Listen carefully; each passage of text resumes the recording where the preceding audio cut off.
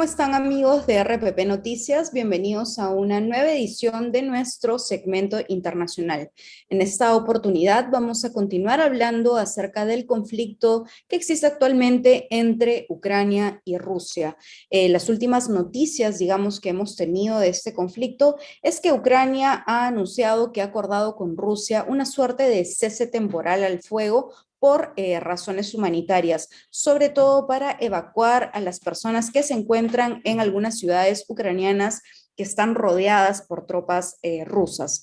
Sobre esta situación y otros aspectos que tenemos que revisar, vamos a conversar con Miguel Ángel Rodríguez Mackey. Miguel Ángel es internacionalista y nos va a acompañar para analizar este panorama y para saber lo que realmente significa este cese al fuego temporal propuesto por Rusia y acordado con Ucrania. ¿Cómo está, Miguel Ángel? Bienvenido. Adriana, muchas gracias por la invitación, ¿eh? Muchas gracias a usted por acompañarnos y bueno, empezamos el segmento. Le estaba comentando este tema de Ucrania y este cese temporal. ¿Considera usted, profesor, que este es un progreso significativo entre el diálogo entre ambos países o simplemente es un acuerdo al que se ha llegado solamente por razones meramente humanitarias? Mira, primero yo quiero agradecerte la pregunta, porque Adriana, si uno mira las redes en el mundo, creo que hay una cierta confusión. Lo que Ujú. existe es un corredor humanitario, una vía para que puedan desplazarse Ok. aquellos que no intervienen en el combate. En el combate intervienen los militares, en el medio están los civiles. Como los civiles no participan del acto de guerra, entonces en la frontera bielorruso-ucraniana, donde se han reunido las partes, han decidido este corredor. Pero en el corredor hay alto el fuego, en tanto crucen, se movilicen fuera del corredor, el fuego, los bombardeos continúan. No ha habido ninguna detención desde que comenzó el proceso de invasión de Ucrania hace ya 8 días. Y esto es importante decirlo porque la idea de un corredor es la urgencia humanitaria. Ujú. Si esta vocación por el corredor conviene a ucranianos y conviene a rusos, en verdad, conviene a cualquier ser humano. Ojalá que esto pudiera llevar a un verdadero alto el fuego en todo el territorio de Ucrania, que por cierto es la mitad del territorio peruano. Yo lo veo todavía bastante complicado, difícil que eso pudiera darse. Ujú. Ahora, profesor, este segundo encuentro se ha dado en Bielorrusia, muy cerca de la frontera con Polonia, pero simplemente, como ha mencionado usted, se han centrado en un tema humanitario. Ahora, es posible que en el futuro exista un tercer encuentro, pero en este momento, ¿cuáles son realmente las demandas fuertes, por así decirlo, de Vladimir Putin en el sentido en el que no va a ceder?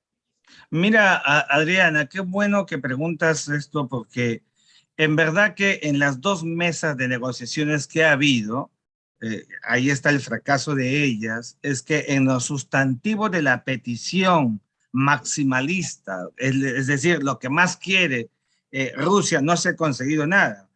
Las dos veces Rusia se ha sentado en la mesa y ha dicho, queremos el reconocimiento de derecho porque lo tiene de facto, de hecho nada más, de toda la península de Crimea, el territorio que está en la porción sur de Ucrania y que hace 8 años, como todos conocemos, fue anexado por Ujú. 1000 tanques que ingresaron sin un solo disparo y con un referéndum y ya es parte de Rusia según el derecho ruso, pero según el derecho internacional, según las Naciones Unidas, evidentemente es un acto nulo de toda nulidad. Rusia quiere que sea reconocido y legitimado.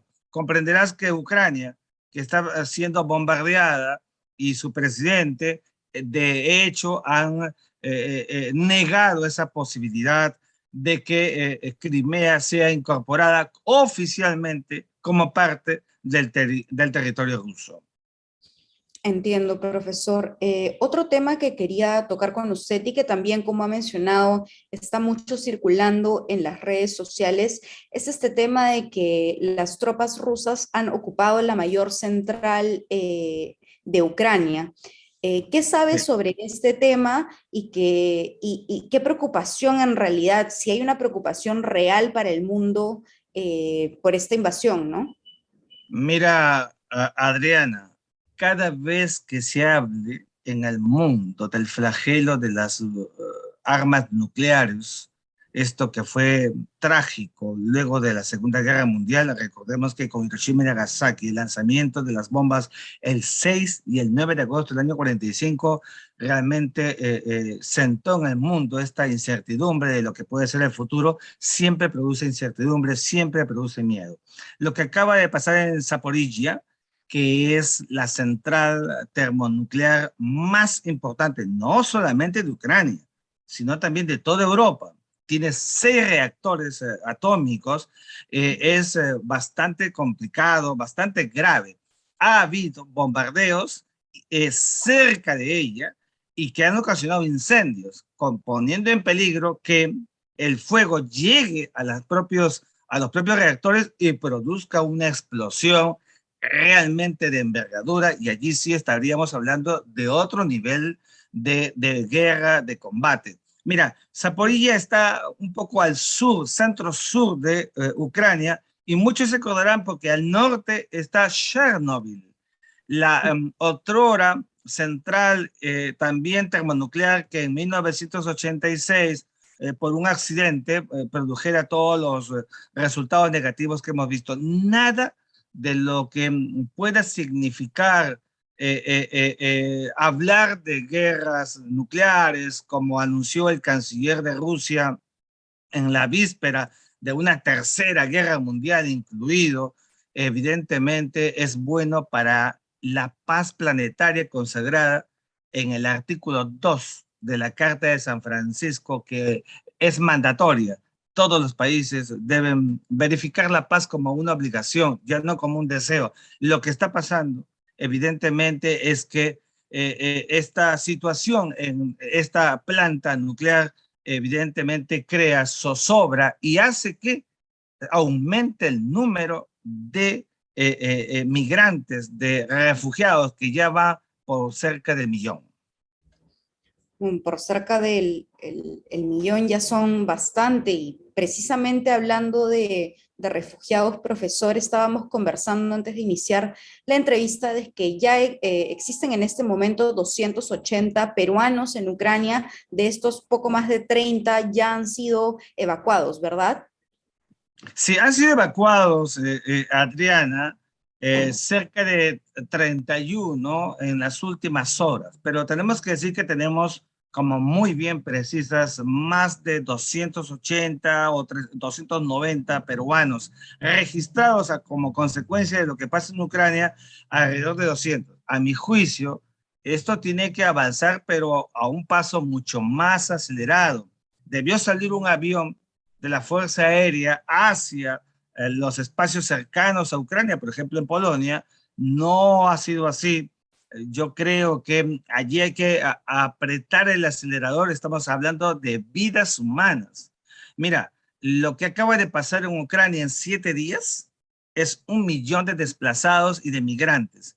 Mira, la guerra de Siria fueron en 7 años 7 millones de migrantes. Miremos la dimensión que se ha hecho en solo 7 días para comprender el tamaño de una guerra en todo el territorio ucraniano, por todos los frentes, por todas las fronteras, que viene haciendo un ataque sistemático, violatorio de las reglas del derecho internacional humanitario por Rusia.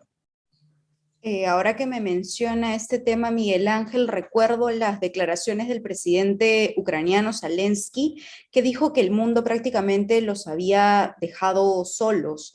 Luego de estas declaraciones, Ucrania ha pedido que, digamos, hayan otros países que los ayuden con aviones de combate, que los ayuden con sistemas de defensa. ¿Qué tan posible es que esto se dé y cómo podría reaccionar Rusia, ya que, como sabemos, Ucrania no forma parte de la OTAN?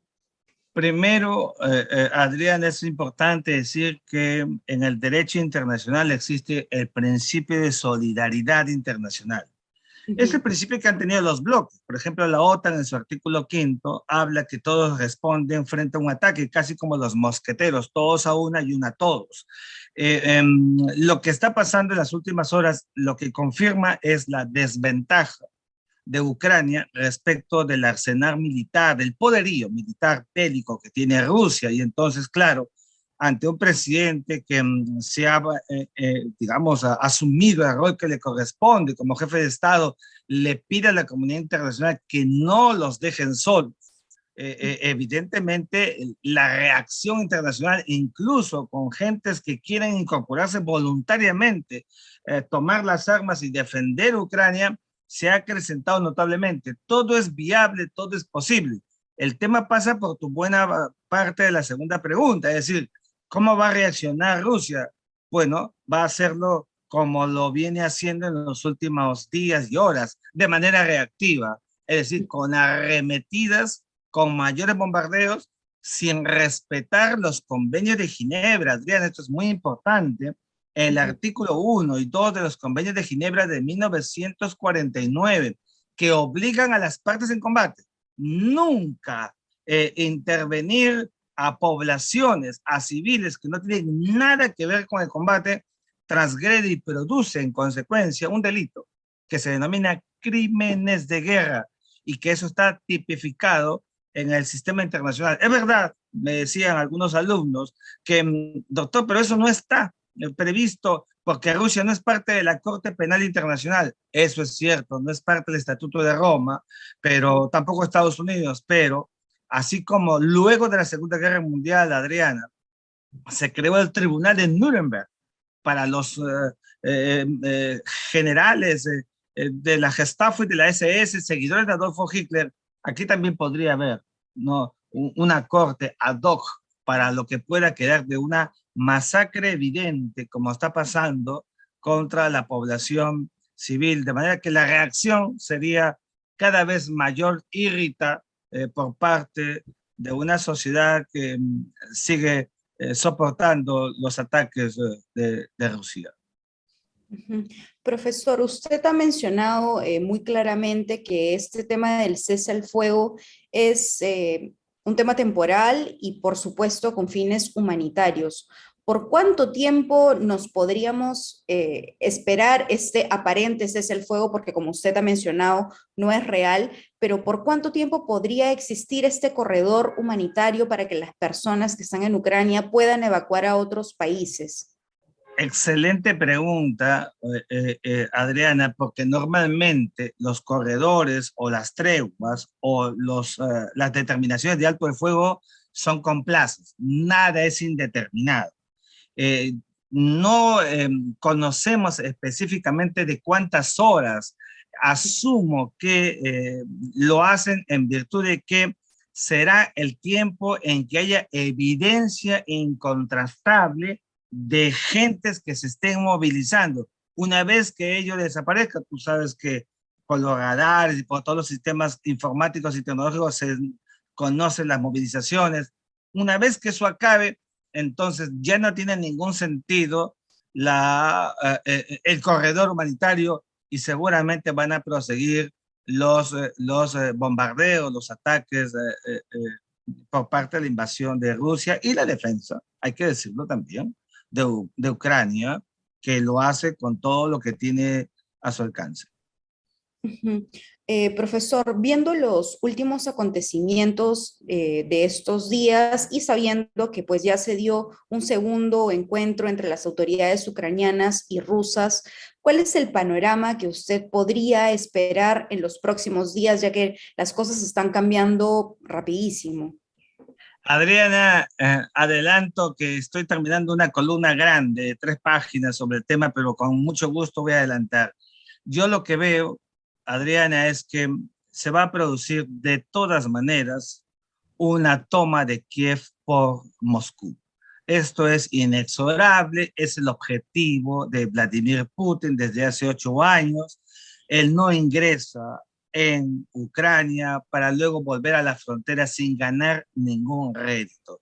En segundo lugar, creo que el Donbass terminará siendo de provincia separatista prorrusa en república independiente, y como república independiente enseguida un referéndum y finalmente la anexión a Rusia. Es decir, yo veo al final una situación geopolítica doblegada para Ucrania, dividida por el objetivo ruso de ganar los dos territorios, el que te decía al comienzo de Crimea, que ya lo tiene de facto hace 8 años, y de derecho, que lo quiere ganar por el derecho ruso como consecuencia de una negociación. Por eso es que Rusia, si logra llegar a Kiev, como que va a hacerlo, si no lo hace, es una derrota para Vladimir Putin frente al Kremlin y los halcones del Kremlin que están mirándolo.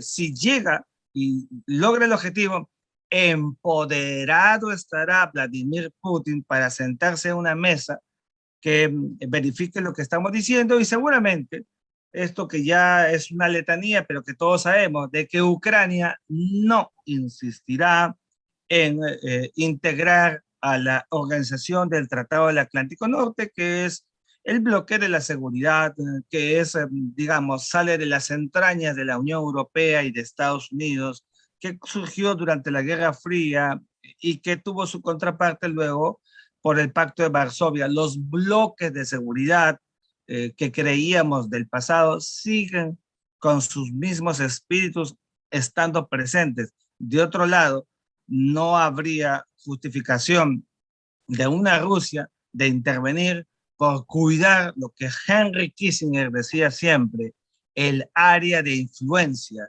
que es innegociable para los actores visibles, hegemones, como es el caso de Rusia, como es el caso de Estados Unidos de América. Entonces, profesor, como usted me menciona, es muy probable que Vladimir Putin tenga como objetivo principal la toma de la capital ucraniana, Kiev, pero de todas maneras hay un tema de las sanciones que se están aplicando progresivamente a Rusia. ¿Esto ha tenido un impacto en la imagen de Vladimir Putin frente al Kremlin? Yo creo que total. Primero decirte que la decisión de Estados Unidos lo ha reiterado Joe Biden en su discurso del Estado de la Unión hace 4 días. Es una posición de no intervenir en Ucrania, quiero decir, bastante sensata. Puede ser criticado Joe Biden, es verdad, pero está jugando a la paz, y la paz como escenario planetario prioritario. Y entonces, claro, una situación como esta conlleva evidentemente que hay que presionar a Rusia. ¿Y por dónde le dan? Por el lado más vulnerable de Rusia. ¿Cuál es? El económico. Y entonces por eso hemos visto toda una arremetida en todo el sistema financiero para hacer que colapse Rusia, presión para Vladimir Putin con un frente interno que tampoco es el mejor. Recuerda que perdió prestigio cuando hubo verificaciones de persecuciones sistemáticas contra sus opositores, hasta envenenamientos.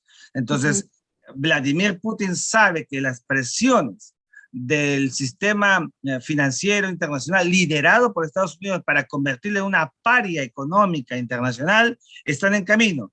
Me temo que el colapso no va a ser en lo inmediato. Rusia debe tener un plan de contingencia, ha debido preverlo, y entonces tarde o temprano eso se va a producir, pero versus una situación de colapso económico necesita un empoderamiento militar, y por eso creo que la toma de Kiev está dentro de sus objetivos prioritarios. Ok, profesor, muchísimas gracias por habernos acompañado. Me parece que ha resuelto todas las interrogantes que teníamos, y bueno, aprovecho para comentar que usted nos ha hecho llegar su última columna publicada en Diario Correo, en donde se explaya un poquito más comentando sobre este tema, ¿no? Sí, allí hay un desarrollo efectivamente de cuál sería el escenario maximalista en negociación, denominamos en diplomacia, lo que quiere una parte, en este caso, una Rusia en una mejor posición, puede pedir hasta la luna, pero la negociación lo puede hacer retroceder. Vamos a ver también cuál es la posición maximalista de Ucrania en su momento. Ujú. Bueno, por supuesto, profesor, desde RPP Noticias vamos a continuar siguiendo este tema todos los días y le agradecemos habernos acompañado el día de hoy y haber absuelto todas nuestras dudas. Encantado, muchas gracias por la invitación, Adrián. Muchas gracias a usted. Como lo presenté en un inicio, hemos conversado con Miguel Ángel Rodríguez Mackey. Miguel Ángel es internacionalista y muy amablemente nos ha acompañado el día de hoy.